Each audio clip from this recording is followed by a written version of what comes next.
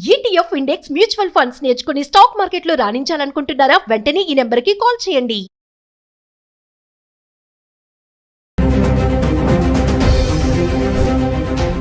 నమస్తే, welcome back to Suman TV. మరి America అధ్యక్షుడు డొనాల్డ్ ట్రంప్ తీసుకునే నిర్ణయాలు చూస్తూనే ఉన్నాము. ఎక్కడికక్కడ కొత్త నిర్ణయాలు అనమాట. రీసెంట్గా చూసుకుంటే స్టూడెంట్స్ పైన టార్గెట్ చేశారని అనుకోవాలి. క్లాసెస్ మానేసిన, పర్మిషన్ లేకుండా క్లాసెస్ ఎగ్గొట్టినా కూడా ఇమీడియట్లీ వీసాలు బ్యాన్ చేస్తారని చెప్పేసి ఒక నోటీస్ అయితే తీసుకురావడం జరుగుతుంది. ఇంకా ఓపీటీ, స్టెమ్ స్టూడెంట్స్కి కూడా ఎన్నో ఇబ్బందులు ఎదురవుతున్నాయి. మరి ఈ పరిస్థితిలో అక్కడ ఉన్న వాళ్ళకి పరిస్థితి ఏంటి, మరి ఇక్కడి నుంచి వెళ్ళాలి ఫర్దర్గా అబ్రాడ్ ఎడ్యుకేషన్ కోసం అనుకున్న వాళ్ళ పరిస్థితి ఏంటి, అసలు ఏం జరుగుతుంది అమెరికాలో, మరి ట్రంప్ తీసుకునే నిర్ణయాలతో మన వాళ్ళ ఇబ్బందులు ఎలా ఉన్నాయి, ముఖ్యంగా స్టూడెంట్స్ విషయంలో. మరి దీనిపైన ఈరోజు మాట్లాడడానికి స్టూడియోలో మనతో పాటు ఇద్దరు గెస్టులు అయితే ఉన్నారు. మరి వాళ్ళు ఎవరంటే అడ్వకేట్ డాక్టర్ సల్మాన్ రాజ్ గారు మరియు business analyst doctor Nandi Rameshwar Rao గారు. సార్, వాళ్ళతో మాట్లాడదాం. మరి అక్కడ పరిస్థితులు ఎలా ఉన్నాయి, మరి స్టూడెంట్స్ వెళ్ళొచ్చా వెళ్ళకూడదా అనేది. నమస్తే సార్. నమస్తే సార్. సార్, మరి ప్రజెంట్ చూసుకుంటే స్టూడెంట్స్ పైన ట్రంప్ టార్గెట్ పెట్టేశాడని అనుకోవాలి.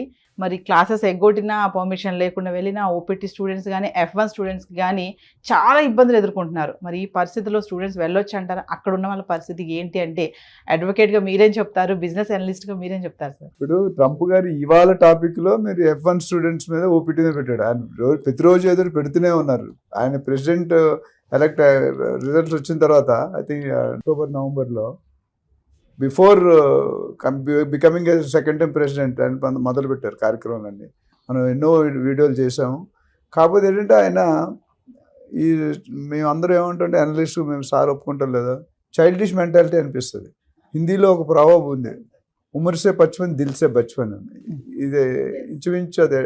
నేను 70+ ఉన్నాడు, 75 ఎంత ఉన్నట్టున్నారు. అది సూట్ అవుతుంది. ఎందుకంటే 60 సంవత్సరాల తర్వాత మన చేష్టలు కానీ చేదస్తలు చేంజ్ అయిపోతుంది. As age gross you become. కొంతమంది పాజిటివ్ సైడ్ టర్న్ అవుతారు, కొంతమంది ప్రతిదానికి అనుమానిస్తారు, ఎస్పెషల్లీ ఓల్డ్ ఏజ్ పీపుల్. ఇక్కడ ఏమైందంటే ఆయన జనవరి 20కి అనుకుంటా ప్రెసిడెంట్ అయ్యాడు. ఎవ్రీ డే సంచలన వార్తలు, ఏదో ఒక వార్త వస్తుంది, ఏదో ఒక సబ్జెక్ట్. అటు ట్యాక్స్ అవ్వచ్చు, ఇటు గోల్డ్ అవ్వచ్చు, అటు ఓపీటీ అవ్వచ్చు, అటు స్టెమ్ అవ్వచ్చు, జాబ్లు అవ్వచ్చు, ఏదైనా ఫస్ట్ 1 yearలోనే ఈ అడావిడి ఉంటుంది నేను అనుకుంటున్నా. తర్వాత కొద్దిగా స్టేబుల్ అవుతారు. ఆయన ఉద్దేశం ఏంటంటే నా దేశాన్ని ఓట్లు ఎలా గెలిచేయడానికి మన ఎలాన్ మస్క్ అడ్వర్టైజ్మెంట్ చేసింది ఏంటంటే ఇమిగ్రేషన్ ఫస్ట్ సైన్ పెడతా అన్నాడు. స్టూడెంట్స్ బయట పంపించడానికి, ఇతర దేశస్తుల్ని ఆపడానికి ట్రై చేసి మన వాళ్ళకే జాబ్లు ఉండట్లేదు. అమెరికాలో ఉన్నాడు, అమెరికా వాడికే జాబ్స్ ఉండట్లేదు. సీక్రెట్ అంటే మన వాళ్ళు వాళ్ళకంటే ఎక్కువ సంపాదిస్తారు. Either in business or doctors or engineers or consult, ఏదైనా మనకి ఇచ్చే రేట్ చాలా తక్కువ. ఇండియా వాళ్ళు గంటకి $8, $10, $15 వర్క్ చేస్తారు. వాళ్ళు అమెరికాకి $40-50 per hour. Actually by hiring Indian they are saving 80% of the revenue. మీకు అది చాలామంది తెలియదు. మన వాళ్ళకి కష్టం కూడా డిఫరెంట్ ఉంటుంది. మన డాలర్ కోసం ఎన్ని గంటలైనా పని చేస్తాం. 8 గంటలు కాదు, ఓటీ ఇంకో 4 గంటలు 5 గంటలు పని చేస్తారు. అందుకే మండే టు ఫ్రైడే ఫుల్ పియాలి. ఎవరు మాట్లాడరు మనతో, వాళ్ళు మాట్లాడితే సాటర్డే సండే. అమెరికాలో ఏంటంటే ఎదిరింటితో మాట్లాడడం కూడా కష్టమే. నువ్వు డైరెక్ట్ వెళ్ళకూడదు, మీకు వేసేస్తాడు. సో ఇక్కడ ఏమైందంటే ఈ స్టూడెంట్స్ ఇల్లీగల్ ఇండియా వాళ్ళు ఐ థింక్ 55 లక్షల మంది సుమారు ఉన్నారు అక్కడ. అందులో దాదాపు 17-18 lakhs ట్రాక్ మిస్ అయ్యి, they are not in a proper track. రకరకాలుగా అటు స్టూడెంట్స్ ఉన్నారు, ఇటు జాబ్ చేసేవాళ్ళు, petrol pump, gas stations, restaurants. నాకు తెలిసిన ఒక మిత్రుడు ఒక రెస్టారెంట్ 12 మంది ఉన్నారు. వాళ్ళకి నెలకి $2,000 ఫుడ్, అకామిడేషన్ ఫ్రీ. ఎవరికి వేసారు లేవు. ఇది ఒకటే కాదు, మనం చాలా బెటరు. మెక్సికో, పెనామా అనేది తీసుకుని ఇంకా ఎక్కువ ఉన్నాయి. చైనా తగ్గించాలనుకుంటుంటారు. Flow of people from outside countries, other country, especially China, India, Mexico ఇవన్నీ ఉన్నాయి కదా, 10 కంట్రీలు ఉన్నాయి. వాళ్ళకి వెయిట్ వేస్తున్నాడు. దానివల్ల ఏమవుతుందంటే he's trying to increase he's internal country లోపల ఎవరు ఉన్నారో వాళ్ళకి కొద్దిగా పవర్ ఇద్దాం. గవర్నమెంట్ జాబులు తీసేస్తున్నాడు అండి అమెరికాలో, అమెరికన్స్ని తీసేస్తున్నాడు. ఈయన పెట్టిన రూల్ ఏంటంటే 150 సంవత్సరాలు బట్టి బర్త్ టూరిజం అని ఉండేది. అది ఎగ్జిక్యూటివ్ ఆర్డర్ పాస్ చేశారు. అవుతుందా లేదా డిఫరెంట్. ఈయన పాస్ చేసినందరూ క్యాబినెట్, సెనెట్ ఆమోదించారు కదా. ఈ లెక్కను చూసుకుంటే ఇప్పుడు లేటెస్ట్ ట్రెండ్ ఏంటంటే నిన్న మొన్న మాట్లాడింది, ఎవరైతే స్టూడెంట్స్ ఇప్పుడు చదువుకోవడానికి వచ్చారో, లేకపోతే ఓపీటీలో ఉన్నారో, లేదా అదర్ సెక్షన్స్లో ఉన్నారన్నా, వాళ్ళు కానీ లీవులు పెట్టినా, మొన్న లాస్ట్ టైం ఏం చెప్పాడంటే కంపెనీలు చెప్పాడు, మీ వాళ్ళు ఎవరైనా బయటకు వెళ్తే కంపెనీలతో చెప్పించాడు. గూగుల్, మైక్రోసాఫ్ట్, పెద్ద టాప్ కంపెనీస్తో చెప్పించాడు. ఏమని, మీ వాళ్ళు ఎవరైనా ఇండియాకి బయట కంట్రీలకు వెళ్తే వాళ్ళు తిరిగి రావడానికి టైట్ ఉంటుంది, సిచ్యువేషన్ వెరీ టైట్. స్కూటీని చాలా పర్ఫెక్ట్గా జరుగుతుంది. సో అందుకని ఎవరు వెళ్ళట్లేదు భయపడి. ఇప్పుడు ఏమంటుంటే ఈ ఓపీటీ అనేది ఆప్షనల్ ప్రాక్టికల్ ట్రైనింగ్, అది ఒక 2 years 3 years ఉంటుంది. ఆ 2 yearsలో they do some research assistant job. నేను అంతమంది చూడండి, అమెరికాలో 3000 యూనివర్సిటీస్ ఉన్నాయి ఓవరాల్ రఫ్గా. 3000 యూనివర్సిటీస్లో 10% పర్ఫెక్ట్ యూనివర్సిటీ ఉన్నాయి. అంటే నేను చెప్పేది ప్రొఫెసర్స్ ఉంటారు. ఓపీటీ అంటే ఏం చేస్తుంటే ఆప్షనల్ ప్రాక్టికల్ ట్రైనింగ్లో వీళ్ళు రీసెర్చ్ అసిస్టెంట్గా జాయిన్ అయ్యి వాళ్ళు సర్వే అవ్వడానికి డబ్బులు సంపాదించారు. ఇప్పుడు ఏమైంది, క్రాస్ కంట్రీ వల్ల they are not getting jobs. 3000లో 2700 యూనివర్సిటీ కన్సల్టెంట్ ద్వారా డబ్బులు కట్టుకొని మేనేజ్ చేసుకొని వెళ్ళిపోతారు. స్కిల్ సర్టిఫికేట్ లేకుంటే ఇల్లీగల్గా. ఎప్పుడు ఇబ్బంది అవుతుంది. వాళ్ళు ఏం చేస్తున్నారు, దూరంగా ప్రయాణిస్తున్నారు, 20, 30, 40 కిలోమీటర్లు ప్రయాణించి అక్కడ వర్క్ చేసి ఆ ట్రాన్సాక్షన్ ఎవ్రీథింగ్ మనలా కాదు రికార్డ్ అవుతుంది. మళ్ళీ ఇంటికి వస్తున్నాడు, నువ్వు అక్కడికి ఎందుకు వెళ్ళావు చెక్ చేసి పట్టుకుంటున్నారు. అట్లా చుంచునికే మారంగా ఉంటాడు గబ్బర్ సింగ్. అట్లా అంటే సార్ ఇప్పుడు స్టూడెంట్స్ ని టార్గెట్ చేశారని అనుకోవచ్చా? ట్రంప్ సార్ కూడా చెప్తున్నారు, నాట్ ఓన్లీ స్టూడెంట్స్ స్టార్ట్ ఎప్పుడైతే పదవి చేపట్టాడో ట్రంప్ అప్పటి నుంచి ఆయన నిర్ణయాలు ఇలాగే ఉన్నాయి, చైల్డిష్ మెంటాలిటీతో డెసిషన్స్ తీసుకుంటారని అంటున్నారు. మీరేం చెప్తారు సార్? మరి ఫస్ట్లీ అండి, ఆయన ట్రంప్ గారు ప్రెసిడెంట్ అయ్యాక సార్ చెప్పినట్టు the very first decision what he signed, the very first executive order is about immigration. దాని తర్వాత ఇమిగ్రేషన్ పాలసీస్ అన్నీ కూడా he actually implemented to a greater extent. ఎందుకు అండ్ ఇప్పుడు తర్వాత స్టూడెంట్స్ పైన కూడా టార్గెట్ చేయడం జరిగింది. జే వీసాస్ కానీ F1 వీసాస్ కానీ ఇవన్నీ కూడా. ఎందుకంటే ఎర్లియర్ గవర్నమెంట్స్ అంతకుముందు బరాక్ ఒబామా ఉన్నప్పుడు కానీ లేదంటే అంతకుముందు జో బైడెన్ వీళ్ళంతా ఉన్నప్పుడు కూడా the American government, especially the education department, they have spent $3 trillion on achieving education. And $3 trillion spent చేసి కూడా ఆ అచీవ్డ్ డిజైర్డ్ రిజల్ట్స్ అన్నది రాలేదు. వాళ్ళు ఒక దాంతో మెజర్ చేస్తారండి, that is called the NAEP. NAEP అంటే national assessment of education programme. NAEP, ఈ NAEPకి కొన్ని స్టాండర్డ్స్ ఉంటాయి, NAEPకి కొన్ని మెజర్మెంట్స్ ఉంటాయి. $3 trillion స్పెండ్ చేసి కూడా ఈ ఎడ్యుకేషన్, అమెరికన్ ఎడ్యుకేషన్ సిస్టమ్ అన్నది ఈ పరిధిలోకి రాలేదు. ఆ desired and achieved measurements, standards achieve చేయలేదు. కాబట్టి ఇవన్నీ అబ్జర్వ్ చేసి అమెరికన్ గవర్నమెంట్ $3 trillion స్పెండ్ చేసిన తర్వాత కూడా మనం ఇది అచీవ్ చేయలేకపోతున్నాం. వరల్డ్లో మనకి అది యాక్చువల్లీ ఒక బ్లాక్ మార్క్ అని చెప్పి ఆయన ఏం చేశాడు, he started implementing stringent and stricter educational policies. అందుకనే పేరెంట్స్ కానీ గైడ్ లైన్స్ ఇచ్చారు, స్టూడెంట్స్ కానీ గైడ్ లైన్స్ ఇచ్చారు, ఎడ్యుకేషన్ సిస్టమ్ అంతా కూడా రీవ్యాంప్ చేశారు. తర్వాత అటెండెన్స్ ఇస్ యాక్చువల్లీ మస్ట్ అని చెప్పన్నారు. తర్వాత ఇండియా అది గ్రేడింగ్ ఉంటుంది అక్కడ. It's not like what Indian system we have. ఈ గ్రేడింగ్స్లో ఏంటి అంటే so many hours have to be completed. ఇవన్నీ కూడా, ఈ పాలసీస్ అన్నీ కూడా ఆ NAEP పరిధిలోకి రావాలని చెప్పి, ఒక వరల్డ్ స్టాండర్డ్ మెజర్మెంట్లో ఉండాలని చెప్పి ఈ పాలసీస్ తీసుకోవడం జరిగిందండి. I don't think what Trump he's done is wrong, or I don't think that he stands at committing a mistake or whatever. But ఓవరాల్గా చూసుకుంటే చదివే స్టూడెంట్స్, ఇండియన్స్ కానివ్వండి, బంగ్లాదేశీస్ కానివ్వండి, వేరే ఎనీ అదర్ కంట్రీ నేషనల్, అక్కడికి వెళ్ళి ఆ ఎడ్యుకేషన్ సిస్టంలో పాలు భాగస్తులు అక్కడ డిగ్రీలు సంపాదించుకుంటే వాళ్ళకి మంచి హై స్టాండర్డ్ ఆఫ్ ఎడ్యుకేషన్ వస్తుంది. దాంతో ఉద్యోగాలు అవకాశాలు కూడా చాలా ఎక్కువ ఉంటాయి. కాబట్టి ఈ NAEPలో రావాలని చెప్పి ఈ పాలసీస్ అన్ని, అదే కాదు తప్ప వేరే ఇంకేమీ లేదు. అంటే సార్ ట్రంప్ స్టార్టింగ్ నుంచి చూసుకుంటే ఇల్లీగల్ ఇమిగ్రెంట్స్ పైన ఉక్కుపాదం అన్నారు, వేరే దేశస్తులు ఎవరు మా దగ్గర వచ్చి ఉండకూడదు. మరి ఇప్పుడు అమెరికాలో ఉన్నటువంటి పీపులే ట్రంప్ తీసుకున్న నిర్ణయానికి ఎగనెస్ట్ గా ఉన్నారు. కమింగ్ టు మళ్ళీ బర్త్ రైట్ సిటిజన్షిప్, ఒకటి స్టే ఆర్డర్ ఇచ్చింది కోర్ట్ అని చెప్తున్నారు. మరి అది ఇంకా రన్నింగ్ లోనే ఉంది, అది ఇంప్లిమెంట్ అవుతుందా అసలు? మరి అప్పటి వరకు మన వాళ్ళ పరిస్థితి ఏంటి? అక్కడ సడన్ గా డెసిషన్ వస్తే ఏంటి అంటే ఏం చెప్తారు సార్? ఇది 150 సంవత్సరాల నుండి నడుస్తుంది సార్ అన్నట్టు. గత ప్రెసిడెంట్లు అందరూ కూడా 2 టర్మ్స్ చేశారు చాలా వరకు, ఎవరు కూడా దాన్ని టచ్ చేయలేదు. టచ్ చేస్తే 1133 kilowatts ఉంటుంది పవర్ ట్రాన్స్ఫార్మర్. సో ఇప్పుడు ఈయన సైన్ ఎగ్జిక్యూటివ్ ఆర్డర్ రిలీజ్ చేసినంత మాత్రం అది యాక్సెప్ట్ చేయాలని లేదు. లాట్ ఆఫ్ డిబేట్ గోయింగ్ అని, అందుకని కోర్టు స్టే ఇచ్చింది. మన ఇండియాలో కూడా చూసాం, సీఎం కూడా ముట్టుకాయలు పెట్టింది కోర్టు అని అంటారు. Against public nobody will accept. ఎందుకంటే 150 years అంటే ఎంతమంది అంటే ఎవ్రీ 4 years ఒక ప్రెసిడెంట్ మారుతూనే ఉన్నాడు. ఒకటి. రెండోది, ఆయనకి తెలియంది ఏంటంటే మనల్ని తీసేయడం వల్ల ఆయనకి ఖర్చు పెరుగుతుంది కానీ తగ్గదు. Because we are working at 80% less cost, 70% less cost.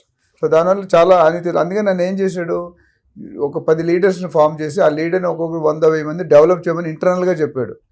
అట్లానే ఇంపోర్ట్స్ చేసేవి కూడా కండిషన్ పెట్టాడు. బయట నుండి తేవద్దు, మనం ఇక్కడే డెవలప్ చేసుకుందాం అన్న కండిషన్ పెట్టాడు. ఇక్కడ పెళ్లి చేసుకొని ఇక్కడ అమెరికాలో పిల్లల కంటే మాత్రం వాళ్ళకి సిటిజన్షిప్ ఇవ్వము అనేది మీరు మాట్లాడుతున్నారు. Birth tourism, visa lucky draw ట్రిప్లో మార్చారు, అట్లా వీసా ప్రాసెస్లో మార్చారు, ఫీజులు డిఫరెంట్గా ఉన్నాయి. ఇవన్నీ చూసుకుంటే కనుక ఓవరాల్ ట్యాక్సెస్, లేటెస్ట్ సబ్జెక్ట్ అంటే ట్యాక్సెస్. ఆయన నాకు తెలిసి టీవీలో చూశాను, హైయెస్ట్ పవర్ ఉన్న మనిషి ఎవరంటే అమెరికన్ ప్రెసిడెంట్. ఆ పొజిషన్ ఎవరు, ఆయనకంటే ఐ థింక్ బిగ్గెస్ట్ పొజిషన్ లేదు. ఆయన అక్కడ తుమ్మితే మనం ఇక్కడ తుమ్మాలి, నరేంద్ర మోడీ ఇక్కడ తుమ్మితే చంద్రబాబు గారు రేవంత్ రెడ్డి ఇక్కడ తుమ్మాలి. సో ఆయన ఏంటంటే is clearly nose next time ఈ కెనాట్ బికమ్ ప్రెసిడెంట్ ఎదర్ వే, ఏజ్ వైజ్ కూడా కాదు, టర్మ్ వైజ్ కూడా కాదు. సో 2 terms కూడా ఎక్కువ చేయలేరు, నాట్ ఎలిజిబుల్. అయితే ఆయన ఇందా సార్ చెప్పినట్టు ఆయన తప్పు చేసాడు అంటలేదు, మనకు తప్పని, ఆయన దేశ ప్రకారం ఆయన కరెక్ట్. బట్ మనకు ఆల్రెడీ ఇన్ని సంవత్సరాలు యూజ్ అయ్యాం కాబట్టి మనకి తప్పు అనిపిస్తుంది. పచ్చగా కానీ పచ్చగా అనిపిస్తాయి. అంటే సార్ ఇప్పుడు ప్రెసెంట్ మరి అక్కడ ఉన్న వాళ్ళ పరిస్థితే కానీ ఇంకా వెళ్ళాలి, అబ్రాడ్ ఎడ్యుకేషన్కి వెళ్ళాలని చాలా మంది, అమెరికా అనగానే వీసా వచ్చింది అంటే అమ్మో నేను ఇంకా అమెరికా వెళ్ళిపోయాను, నేను సెటిల్ అయిపోయిన లైఫ్ బిందాస్ అనుకుంటారు కదా. మరి అలాంటి వాళ్ళకే కానీ స్టూడెంట్స్కి కానీ పేరెంట్స్కి మరి ముఖ్యంగా ఏం చెప్తారు సార్ మీరు? ఒకటండి, అంటే ట్రంప్ గారు తీసుకున్నాకంటే ప్రెసిడెంట్ అయ్యాక ఇమిగ్రేషన్ పాలసీస్ అన్నీ కూడా చాలా స్ట్రింజెంట్ చేశారు. రెండోది ఎడ్యుకేషన్ సిస్టమ్ అంతా కూడా రీవ్యాంప్ చేశారు. కానీ ఇంకొకటి, ఒకవైపు ఇట్లా చేస్తూ ఇంకొక వైపు ఒక 10 countries visa free entry to the United States of America అని చెప్పి ఒకటి ఇచ్చారు. ఇన్నేళ్ళు ఇండియన్స్కి ఒక టూరిస్ట్ వీసా దొరకటం కూడా కష్టం. ఒక somebody wants to go visit America on tourist visa, మీరు అమెరికన్ కాన్సులేట్కి వెళ్తే మీకు ఈజీగా వీసా దొరికేది కాదు. దాని వెనకాల ఎంతో స్క్రూటినీ ఉండేది. దాంట్లో మోస్ట్లీ 50 to 60% యాక్చువల్లీ రిజెక్షన్సే ఉండే. Form 164B ఇవన్నీ they use to reject it. ఇప్పుడు ఏం చేశారంటే 10 nations వీసా ఫ్రీ ఎంట్రీ చేశారు. ఆ 10 nations India is one of the countries అండి. ఎన్నో ఏళ్ల తర్వాత ఇండియాకి ఆ స్థానం దక్కిందండి. So we're proud to be Indians, we're proud to say that we have an entry free visa to United States of America. India ఉంది, మలేషియా ఉంది, సింగపూర్ ఉంది, తర్వాత కొన్ని Asian countries like Vietnam, Cambodia, ఇట్లాంటివన్నీ కూడా ఉన్నాయండి. So that is one good thing what Trump he's done. ఒకవైపు ఈ పాలసీస్ అన్నీ చేస్తూ ఇంకోవైపు వీసా ఫ్రీ ఎంట్రీ. మనం క్వశ్చన్ వేసుకుంటే వీసా ఫ్రీ ఎంట్రీ ఎందుకు అంటే that is only for tourist visa, revenue pumping చేయడానికి అమెరికాకి. మీరు ఇందాక సార్ చెప్పినట్టు ఈ ఇమ్మిగ్రేషన్ పాలసీస్ ఇంప్లిమెంట్ చేసి వాళ్ళందరినీ కూడా డీపోర్ట్ చేస్తే రెవెన్యూ తగ్గిపోయింది. ఈ విధంగా రెవెన్యూ పంప్ చేసుకోవాలని చెప్పి for the year 2025 till December 2025 India, Malaysia, Singapore and many few 7 other countries కూడా, మోస్ట్లీ ఏషియన్ కంట్రీస్ అండి, ఏషియన్ కంట్రీస్ అన్నిటికీ కూడా వీసా ఫ్రీ ఎంట్రీ ఇచ్చారు. ఇప్పుడు స్టూడెంట్స్ వెళ్ళాలా లేదా అంటే ఎడ్యుకేషన్ పాలసీ ఇందాక మనం అనుకున్నట్టు NAEPలో ఆ స్టాండర్డ్ మెజర్మెంట్ ఉంది అని చెప్తున్నారు కాబట్టి, అది అచీవ్ చేయాలనుకుంటున్నారు కాబట్టి డెఫినెట్గా I advise and recommend all the Indian students to still go and study there అండి, so that you'll achieve the highest standard education. ఇంకో point I want to add, ఇండియాలో ఇప్పుడు ఈ కండిషన్స్ వల్ల ట్రంప్ గారు ప్రెసిడెంట్ అయిన దగ్గర నుండి there is a analysis done by somebody, 50,000 crores are saved by Indians. ఎందుకంటే వాళ్ళు పంపించడానికి ఇష్టపడట్లేదు. అక్కడికి వెళ్ళాక అయోమయంలో ఉంటాడు, జాబ్ ఉంటుందా రాదా, అసలు ఫ్లైట్ దిగాక రిసీవ్ చేసుకుని ఎవరైనా వస్తారా లేదా, అదొకటి. రెండోది, నేను ఒక చిన్న ఎగ్జాంపుల్, మీరు అడుగుతున్న, ఢిల్లీలో కొన్ని రోజులు వర్క్ చేసాను. From there we wanted to go to Germany. నేను మా బాస్ ఇద్దరం అప్లై చేసాం ఒకే రోజు. మా బాస్ 10 సార్లు వెళ్ళి వచ్చాడు జర్మనీకి, నేను ఫస్ట్ టైం వెళ్తున్నా. నాకు వీసా వచ్చింది, ఆయనకి వీసా రాదు. అంటే ఇందాక అడిగే అడిగే 3-4 క్వశ్చన్లు మనం చెప్పే ఆన్సర్లో రివర్స్ అయిపోతుంది. If you are not giving a convincing answer, that అందుకని నేను లైఫ్ ఈజ్ మ్యాథమెటిక్స్ అంటాను. లైఫ్ ఈజ్ నాట్ కెమిస్ట్రీ అని ఒక యాంగిల్లో, మ్యాథమెటిక్స్ ఎందుకంటే ఎవ్రీ ప్రాబ్లం, ప్రతి మానవుడికి ప్రతి ఇంటికి ఒక కన్నీటి కథ ఉంటుంది, కొడుకో కూతురో భార్యో ఎవరో ఒకరు. Okay, but for every problem, Roja garu జట్టగా బండి చూసాను సొల్యూషన్. అది ఎందుకు చెప్తానంటే అది చాలా ఇంపార్టెంట్. మనం ఎప్పుడు కూడా నెగిటివ్గా ఆలోచిస్తాం, అండర్ ఎస్టిమేట్ వేసుకుంటాం. కీడెంచి మేలంచి కరెక్ట్గా అన్నిట్లో ఎంచితే ముందుకు వెళ్ళలేము మనం, అవునా కదా? ఇక్కడ అది తెలుసుకోవాలి జనాలు అనేది. Indian parents already mentally prepare that అక్కడికి వెళ్ళి ఇబ్బంది పడదు. ఇక్కడ కూడా ఇండియాలో కూడా అన్ని మా అబ్బాయి కూడా వెళ్ళమంటే వెళ్ళంటాడు అమెరికా. ఎందుకు వెళ్ళాలి, నేను ఇండియాలో వస్తున్నా, అంత సాలరీస్ ఇక్కడే వస్తున్నాయి కదా, అక్కడికి వెళ్ళి ఎప్పుడు తీసేస్తాడు దినదిన. మా ఫ్రెండ్స్ చాలా మంది ఉన్నారు స్కూల్ మేట్స్ 25-30 years, వాళ్ళకి పర్లేదు, లేటెస్ట్కి వెళ్ళిన వాళ్ళు ఇబ్బంది పడుతున్నారు. అందుకని ట్రంప్ అనేది ఆయన ప్రకారం చేసుకుపోతాడు. కొన్ని యాక్సెప్ట్ అవుతాయి, కొన్ని యాక్సెప్ట్ కావు. ఏదేమైనా కొద్ది రోజులు మనం కూడా తీసుకున్న నిర్ణయాలకు అనుగుణంగా ఉంటే ఇట్స్ బెస్ట్ అంటారు. అంటే ఒక విధంగా కరెక్ట్ అండి, ఎందుకంటే అన్స్కిల్డ్ పీపుల్ వెళ్ళడం కరెక్ట్ కాదు. They are managing. ఇప్పుడు కన్సల్టెంట్ 2 రకాలు ఉంటాయి, అంతకుముందు మాట్లాడడం మీకు గుర్తుంటే.